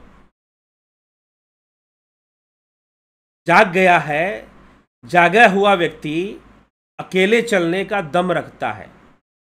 जो बोलता है कि हिंदू सोया है, वो खुद सोया है, क्योंकि उसको दूसरे लोग चाहिए। वो अकेले में दम नहीं रखता कि वो चल पाए, दूसरों का सहारा उसे चाहिए, इसलिए चाहता है कुछ लोग और जागे। हो सकता है कि तुमसे ज्यादा लोग जागे हुए हों। तो समाज में अनेकानेक लोग हैं, ठीक है। शिरडी साईं बॉयकॉट करो, धर्म बचाओ। लोग यहां अमिताभ बच्चन को पूज लेते हैं, सचिन तेंदुलकर को पूज लेते हैं, तब बॉयकॉट क्यों नहीं किया था? बताओ, बॉयकॉट किया था आपने कि भाई अमिताभ बच्चन को पूजा क्यों की जा रही है, सचिन तेंदुलकर की पूजा क्यों की जा रही है, और पता नहीं लोग किसको किसको पूज लेते हैं। और ये शिरडी साई का एजेंडा है। समझना चाहते हो तो मुझे समझा दूंगा अच्छे से ये कहां से शुरू हुई, क्योंकि नाम नहीं लेना चाहता। नाम लेकर सही सही बता दूंगा किसने किस उद्देश्य से ये शुरू किया था कि शिरडी साई का बॉयकॉट करो और धर्म बचाओ। ठीक है, लेकिन उससे पहले ऐसी बहुत सारी चीजें हैं जो आपको बायकॉट करना चाहिए, आप नहीं कर पा रहे हो, क्योंकि आपको कोई कह नहीं रहा है बायकॉट करने के लिए। ये तो सीआर की तरह हुआ हुआ, भाई उसने हुआ हुआ किया, चलो हम भी हुआ हुआ करते हैं। सीआर की तरह हुआ हुआ करने के अलावा कोई काम नहीं है। और उनको हम कहेंगे कि भाई ये तो बड़े सच्चे हिंदू लग रहे हैं, यहीं पे फंस जाओगे, यहीं पे फंसने वाली बात आ जाएगी। ठीक है, तो फंसिए मत, उलझिए मत।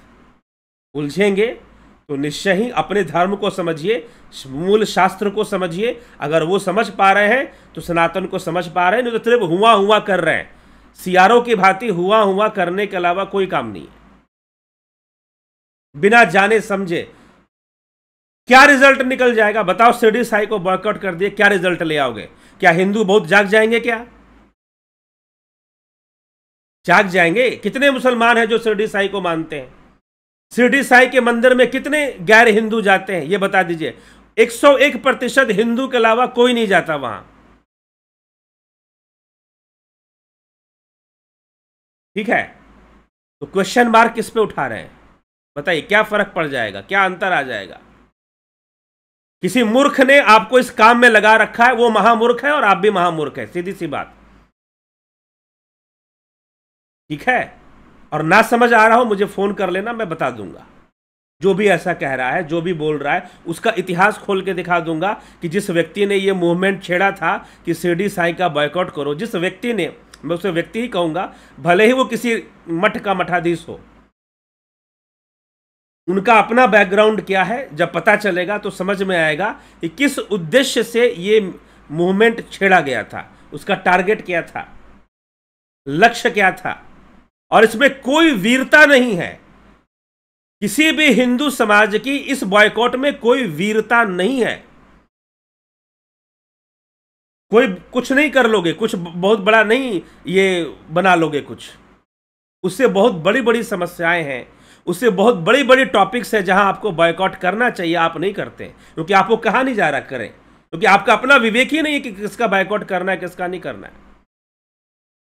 खुद का अपना विवेक नहीं है कि किसका बॉयकॉट करना है। मैं ऐसी संस्था का नाम ले लूंगा, लाखों अनुयायी जुड़े हुए हैं, पूर्णतः वेद विरोधी है, पूर्णतः वेद विरोधी है, 100% अगेंस्ट वेदास है, लेकिन लाखों अनुयायी जुड़े हुए, करोड़ों, लाखों भी नहीं कहूंगा, करोड़ों की संख्या में उस संस्था के अनुयायी हैं। और हो सकता है कि आप भी वहां दान दक्षिणा देकर आते होंगे, जो बोल रहे हैं कि शिरडी साईं का बायकॉट करो।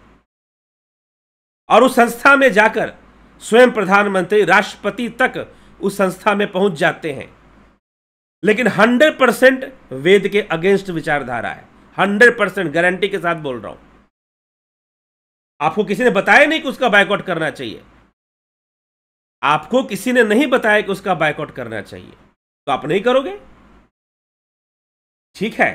तो सीआर की तरह हुआ करना और जो है कौवे की तरह का ये सुन सुनकर, मतलब कि भाई वो बोल रहा है तो चलो हम भी बोलते, शायद यही इसी में हिंदुत्व तो प्रमाणित हो रहा है, ठीक है। तो सारी बात हमें पता करनी चाहिए, तभी कोई चीज, किसी चीज का कोई प्रोपगेट करना चाहिए, नहीं तो फिर वो व्यर्थ हो जाता है, बेकार चला जाता है और उसका कोई रिजल्ट नहीं निकलता, उससे कोई रिजल्ट निकल भी नहीं सकता है, ठीक। अशोक गोयल जी, श्वेता राय सिन्हा, मनीष यादव, एसके मिन्हास, स्मिता सावंत, ज्योति दत्ता, दयानंद, हीरालाल यादव, ए प्रणाम, कृष्ण पुत्रा, फाल्को गेमर, ओम राय हेमब्रॉम, कृष्ण पुत्रा, जी हाँ बिल्कुल यही सत्य है। फाल्को गेमर, नमस्ते श्रीमान, मैं एक स्टूडेंट हूँ, साधना के लिए टाइम कब निकालूं? निकालिए, सुबह सुबह समय निकालना चाहिए, बिल्कुल सही बात। गुरु किसको माने? देवों को गुरु माने? क्या गुरु मानने की चीज नहीं, जो ज्ञान देता है गुरु है, सीधी सी बात। क्या किसको गुरु मानोगे? इसको जो जहां से, अब दत्तात्रेय ने 24 गुरु बताए, जहां से उनको ज्ञान मिला, जो भी ज्ञान का स्रोत बना वो गुरु है। हाँ, कहीं से कुछ आप सांसारिक चीजें सीखते हो, कहीं से आध्यात्मिक चीजें सीखते हो, भाई गुरु कब, कोई जहां गुरु और ज्ञान का संबंध है, जहां से कोई ज्ञान ही नहीं मिल रहा वहां कोई गुरु कैसे हो सकता है? जहां से कोई ज्ञान मिलेगा वहीं तो गुरु हो सकता है ना। हाँ, अब ज्ञान में भी अलग अलग लेवल हैं, अलग अलग प्रकार हैं, कोई कहां तक ज्ञान देगा, कोई कहां तक ज्ञान नहीं देगा, वो हमें समझना पड़ेगा। तो इसीलिए जो है, हम इसको गुरु माने, उसको गुरु माने, ये कोई मानने का विषय नहीं है। गुरु कहीं से भी कोई मानने का विषय नहीं है, गुरु जानने का विषय है, ठीक।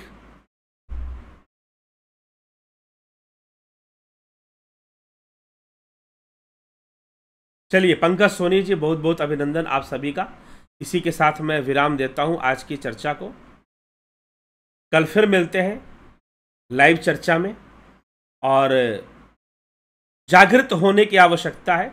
बात देखिए, ऐसा है, सीधी सी बात एक मैं आपको कह रहा हूं कि हम किसको गुरु माने, कौन गलत है, कौन सही है, कौन हिंदू धर्म के विरुद्ध में है, कौन सनातन धर्म के विरुद्ध में है, क्या आपको सनातन धर्म की मूल विचारधारा से आप अवगत हैं और किस उद्देश्य से अवगत हैं?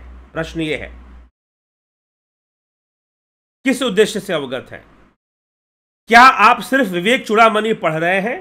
क्या आप सिर्फ योग शास्त्र पढ़ रहे हैं, या योग कर भी रहे हैं, योग साधना कर भी रहे हैं? सिर्फ पढ़ रहे हैं लॉजिक ढूंढने के लिए, तर्क ढूंढने के लिए, आप कुछ एजेंडा चलाना चाहते हैं, कोई संस्था, कोई एनजीओ को आगे बढ़ाना चाहते हैं, वो एक अलग विषय है। लेकिन आप सनातन धर्म को जीना चाहते हैं, बिना साधना किए कोई सनातन धर्म को जी नहीं सकता। तो यहां पर कई टारगेट्स हैं, कई पॉलिटिकल टारगेट्स हैं। जो पॉलिटिकल टारगेट्स लेकर चलते हैं सनातन धर्म के साथ, उन्हें कोई मतलब नहीं कि साधना क्या, उपासना क्या, उनको तो बस हुआ हुआ हुआ करना है। इस चीज को प्रोपेगेट करो, इस चीज को ऐसे बढ़ाओ, ये है। उनको सनातन के मूल से कोई लेना देना नहीं है। वो लोग आत्मघाती सिद्ध होते हैं, क्योंकि उनको फॉर्मूला चाहिए, उनको इक्वेशंस चाहिए, ठीक ना, उनको फॉर्मूला चाहिए पॉलिटिसाइज करने का, चीजों को राजनीतिकरण करने का। हाँ ठीक है, राजनीति में अच्छे लोग होने चाहिए, ज्ञानी लोग होने चाहिए, योगी लोग होने चाहिए राजनीति के अंदर, तो वो अच्छे से राजपाट चलाएंगे, अच्छे से राजनीति को संभालेंगे, देश को अच्छा करेंगे। लेकिन कई बार लोग जो है मात्र प्रदर्शन से ही सब कुछ कर लेना चाहते हैं। तो मात्र प्रदर्शन से नहीं, साधना, उपासना, इन सब विषयों को हमें समझना चाहिए। और मात्र किसी ने कोई बात प्रोपगेट कर दिया तो हमें खुद भी जांच पड़ताल करनी चाहिए कि वो बात कितनी सही है, कहां तक सही है, किस उद्देश्य से कही जा रही है, किस उद्देश्य से नहीं कही जा रही है। जब ये कहा जाता है कि फलाना व्यक्ति देवता है, फलाना व्यक्ति देवता नहीं है, तो हमें शास्त्रों के अनुसार पहले जानना चाहिए कि देवता कहते किसको है। माता पिता भी देवता होते हैं, शिक्षक भी देवता होते हैं, ठीक है, अतिथि भी देवता होते हैं। ये शास्त्र सम्मत बात बता रहा हूं। तो देवता कौन कौन हो सकता है शास्त्र सम्मत तरीके से। इसलिए मैं कहता हूं देवताओं की गिनती निश्चित मत कीजिए कि 33 होते हैं, कि 33 कोटि होते हैं, कि 3300 होते हैं, कि 3 होते हैं, कि 2.5 होते हैं, कि 1 होते हैं, या 3 लाख होते हैं, या 33 अरब होते हैं। देवता एक भाव है, देवता एक कसौटी है। उस कसौटी पे जो खरा उतरेगा वो देवता है, बात खत्म। जो नहीं उतरेगा वो देवता नहीं है। तो आप कहां से परिभाषाएं ले रहे हैं, और जो आपको परिभाषाएं दे रहा है, ठीक है, कोई बहुत बड़े पद पर हो सकता है, लेकिन आप अपने शास्त्र ज्ञान को बढ़ाकर चेक कर लीजिए कि बात सही है कि नहीं है। पता चला किसी षड्यंत्र के शिकार बन जाएंगे, षड्यंत्र के शिकार बन जाएंगे, और षड्यंत्र के शिकार बन जाएंगे तो फिर गड़बड़ हो जाएगा। फिर आप अपना ही पतन कर लेंगे। पता चलेगा जिसकी रक्षा करने निकले थे उल्टा ही कर गए, उसी का नुकसान कर गए। धर्म की रक्षा करने निकले थे, धर्म का ही नुकसान कर दिया, क्योंकि आपके पास ज्ञान नहीं था। आपको नहीं पता था कि हमारे मूल शास्त्र क्या कह रहे हैं, कैसी चर्चा कर रहे हैं, कैसी बातें कर रहे हैं। ये समझने की जरूरत है।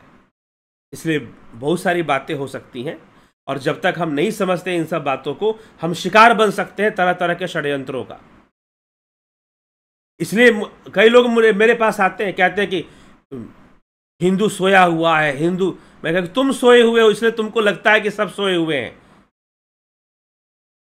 सुभाष चंद्र बोस बहुत बड़े हमारे स्वतंत्रता सेनानी हुए,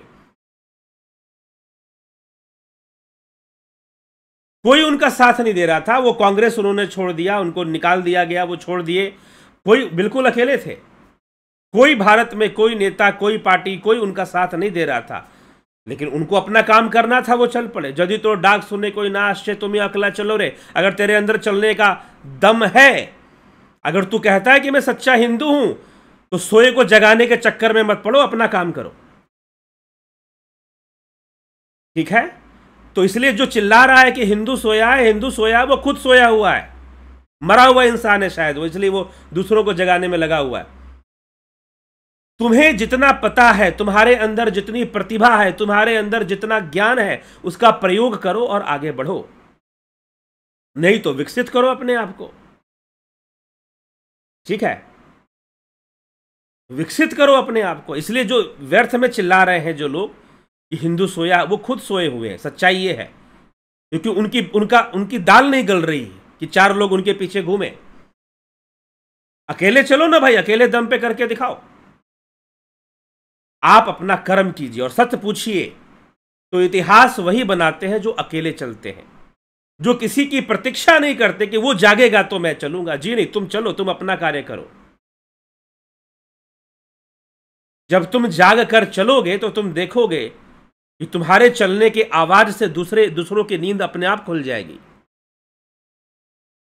दूसरों की नींद अपने आप खुल जाएगी तुम्हारे चलने की आवाज से। तुम्हारी पग ध्वनि से दूसरों की नींदें अपने आप खुलने लगेंगी। सुभाष चंद्र बोस चले तो ना जाने कितने चले, बुद्ध चले, कभी प्रतीक्षा नहीं की। चाणक्य निकले पाटलिपुत्र से कि मैं सारे भारत को संगठित करूंगा, अखंड भारत का निर्माण करूंगा। कोई साथ देने वाला नहीं था, जहां जाते मजाक उड़ाया जाता। क्या मूर्खों जैसी बातें हैं। चाणक्य का मजाक उड़ाते बड़े बड़े राजा। मगध नरेश ने उनका अपमान कर दिया भरी सभा में, और मगध नरेश ने तो अपमान किया ही, बहुत बड़ा अपमान किया, लेकिन दूसरे राजाओं के पास भी गया तो कोई सम्मान नहीं मिला। लेकिन अपनी जिद, मैं चलूंगा, मैं करूंगा। मिलने वाले होंगे, नहीं मिलेंगे, साथ देने वाले होने आना होगा, आएंगे, नहीं आएंगे, मैं जब तक जीवित हूं मैं ये काम करूंगा। अपने कंधों पर जिम्मेदारी लो। दूसरा सोया हुआ है, उसको जगाने के चक्कर में मत पड़ो।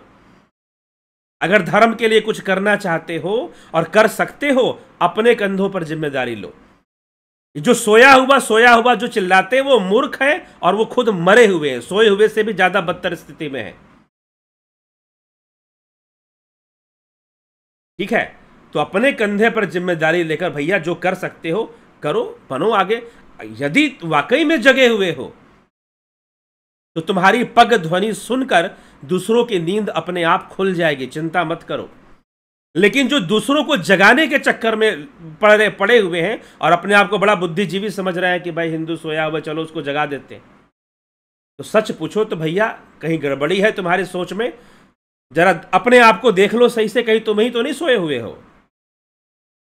कहीं तुम ही तो नहीं सोए हुए हो जो दूसरों को सोया हुआ बोल रहे हो। लगता है कि तुम ही सोए हुए हो, तभी दूसरों को सोया हुआ बोले जा रहे हो। अगर जाग गए हो तो छोड़ो कौन सोया हुआ है कौन जागा हुआ है, चलो। और जब चलोगे तुम्हारी पग ध्वनि सुनकर अपने आप लोग जागने लग जाएंगे, जगाना नहीं पड़ेगा। ठीक है, जैसे चाणक्य की पग ध्वनि सुनकर लोग जागने लगे, राजा नहीं जागे, जनता जागने लगी। लोगों ने अपने युवाओं को, अपने बेटों को चाणक्य के साथ लगाना शुरू कर दिया। राजा नहीं साथ में आए, कोई राजकुमार साथ में नहीं आया, साधारण घर के लोग। उन्होंने अपने युवाओं को, अपने बच्चों को कहा कि ठीक है आप ले जाइए, इनकी सेना बनाइए। और उन साधारण गरीब लोगों के बच्चों ने इकट्ठा कर एक सेना बनाई, जो कि चंद्रगुप्त मौर्य के नेतृत्व में एक सेना खड़ी होती है। यह इतिहास है चाणक्य का। कोई राजा, कोई राजकुमार उनकी सहायता के लिए नहीं आया। तो तुम जाग गई हो तो दूसरों को जगाने में टाइम वेस्ट मत करो, अगर वाकई में जाग गए हो। नहीं तो तुमको अगर लग रहा है कि सब सो रहे हैं, सब सो रहे हैं, हिंदू सो रहा है, तो कहीं चेक करो, कहीं तुम ही तो ना सोए हुए। मैं तो उनको सीधा बोल देता हूं कि भैया तुम अपने आप को देखो, कहीं तुम तो नहीं सो रहे हो। लगता है तुम ही सोए रहे हो, इसीलिए तुमको जगाने की जरूरत पड़ रही है। लग रहा है कि सब सोए हुए, तुम्हें ऐसा भ्रम हो रहा है। तो विवेक से विचार करना चाहिए। तो ये सब एजेंडा, इस तरह की चीजें, इस तरह के बहकावे, ये हुआ सियार जिसको कहते हैं लोमड़ी वाला हिंदू मत बनिए। ठीक है, अपने शास्त्रों से। और सबसे पहला वाक्य कलयुग व्याख्या में गोस्वामी तुलसीदास जी ने क्या लिखा? सबसे पहला वाक्य, कलिमल ग्रसे धर्म सब लुप्त भय सद ग्रंथ। कलिमल ग्रसे धर्म सब लुप्त भय सद ग्रंथ। सारे ग्रंथ लुप्त हुए हैं। जिस दिन ज्योति जागृत हो जाएगी ना, एक बार क्या हुआ कि अंधेरा पहुंच गया भगवान के पास। सुनिएगा ध्यान से, थोड़ा लंबा बोल रहा हूं आज। अंधेरा पहुंच गया भगवान के पास और शिकायत कर दी भगवान से कि प्रभु ये प्रकाश ने मुझे, दिए ने मुझे बहुत परेशान करके रखा है। क्यों? मुझे भगा देता है, जहां भी आता है वहां से मुझे भागना पड़ता है, भगा देता है। अच्छा, ये तो बड़ी गलत बात है, क्यों भगा देता है? तेरे साथ तो अन्याय हो रहा है, अत्याचार हो रहा है। बुलाओ जरा दिए को, बुलाओ प्रकाश को बुलाओ। अब दिया, जलता हुआ दिया आ गया। जैसे ही जलता हुआ दिया आया, भगवान ने पूछा कि अरे तू अंधेरों को परेशान करता है इतना। तो दिए ने कहा कौन सा अंधेरा, कौन सा अंधेरा? भगवान ने कहा अंधेरा अभी आया था, वो बोल रहा था कि तूने उसको परेशान किया, तो उसको भगाता है, मारता है। नहीं नहीं, मैंने तो आज तक कोई अंधेरा देखा ही नहीं। अब जो दीपक प्रज्वलित है वो अंधेरा कहां दिखेगा? ठीक है, तो उस ज्ञान के दिए को जलाने की आवश्यकता है। सारा अंधकार अपने आप को सही कर लो, मजबूत कर लो ज्ञान से, अपने शास्त्रों से अपने आप को मजबूत स्थिति में लाओ, सारी परेशानियां अपने आप खत्म हो जाएंगी। सारा अधर्म का जो प्रपंच है, जो षड्यंत्र है, वो अपने आप ही खत्म होने लग जाएंगे। अपने आप को तो पहले मजबूत करो। लेकिन हम अपने आप को ना मजबूत कर कर सिर्फ ये बांग देने में लगे हैं। चलो ना भाई, तुम्हारी चाल में ऐसी ध्वनि होनी चाहिए कि सोए हुए लोग जाग जाएं। ठीक है, तो इस तरह की बातें कहकर कि हिंदू सोया है, सोया है, कुछ नहीं है, तुम ही सोए हुए हो। सच्चाई ये है, तुमको सोने में आनंद आ रहा है, इसलिए तुम कह रहे हो अरे वो भी सोया है, ये भी सोया है।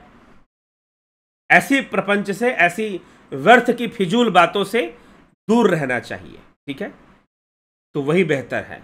तो चलिए, इसी के साथ मैं विचारों को यहाँ विराम देता हूँ। कल फिर 9 बजे लाइव चर्चा में आगे बढ़ती हुई चर्चा पर हम, आध्यात्मिक चर्चाओं पर हम आगे बढ़ते हुए जो चर्चा है, बहुत सारे विषय, अभी 2-4 विषय महत्वपूर्ण विषय हैं जो उत्तरकांड में हैं, उन पे हम चर्चा करेंगे। ठीक है, तो इसी के साथ विराम देते हैं। कल मिलते हैं, विश्राम है, कल मिलते हैं 9 बजे लाइव चर्चा में। बहुत बहुत आभार आप सभी का।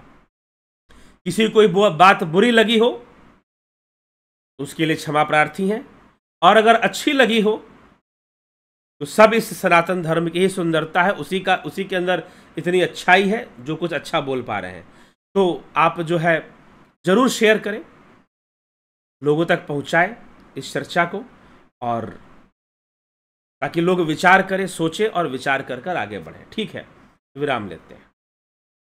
बहुत बहुत आभार आप सभी का।